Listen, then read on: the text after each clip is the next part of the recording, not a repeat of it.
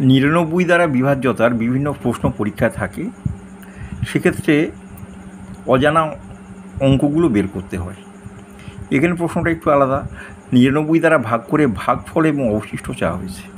৪৭১২কে ৯৯ দ্বারা ভাগ করলে ভাগফল ও অবশিষ্টের পার্থক্য হবে ২৩, ২১, ১২, ১৭।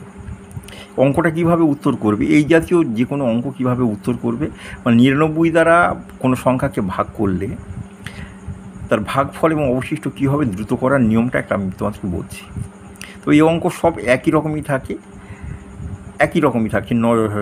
রকমটা কি, এই যে ভাজ্য আছে, ভাজ্য যে 4টে ডিজিট আছে, অঙ্ক আছে, একটা অংশ এটাকে দুটো ভাগে ভাগ করবো আমরা, ঠিক আছে।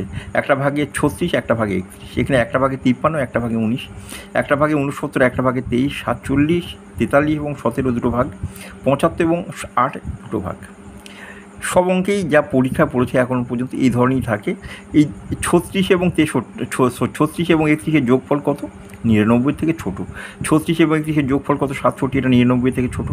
৫৩ এবং ১৯-এর যোগফল কত? ৭২, এটা ৯৯ থেকে ছোটো। ৬৯ আর ২৩-এর যোগফল কত? ৯২, এটা ৯৯ থেকে ছোটো।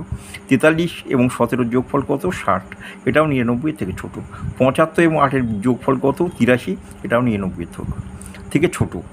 যে অঙ্ক পড়ে দেখা যায় যে সব একই রকম, সেই জন্য সেই একই রকম অঙ্ক তোমাদের জন্য রেখেছি।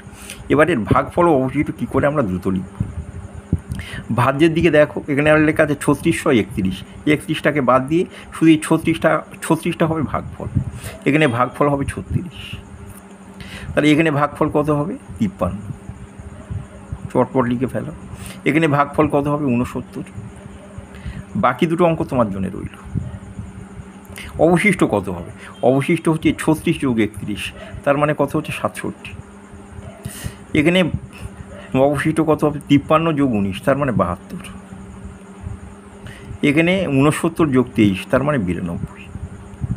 তাহলে ভাগফল কী হচ্ছে আর অবশিষ্ট কী হচ্ছে বুঝতে পারলে নিশ্চয়ই। এবার এর বিয়োগফল চাইছি। তাহলে ৬৭ এবং ৩৬-এর বিয়োগফল কত? ৩১। ৫৩ এবং ৭২ বিয়োগফল কত? ঠিক আছে, ১৯।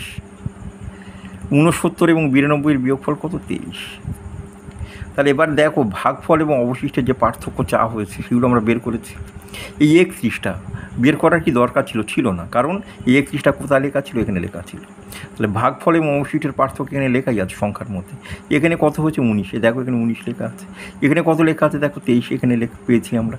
তাহলে এই অঙ্কের ক্ষেত্রে উত্তর কত হবে সেটা তোমরা এবারে বুঝে নাও, আর এই দুটো অঙ্ক করে নিজেরা দেখে নাও, ঠিক আছে। এই জিনিসটাকে রপ্ত করো, বোঝার চেষ্টা করো।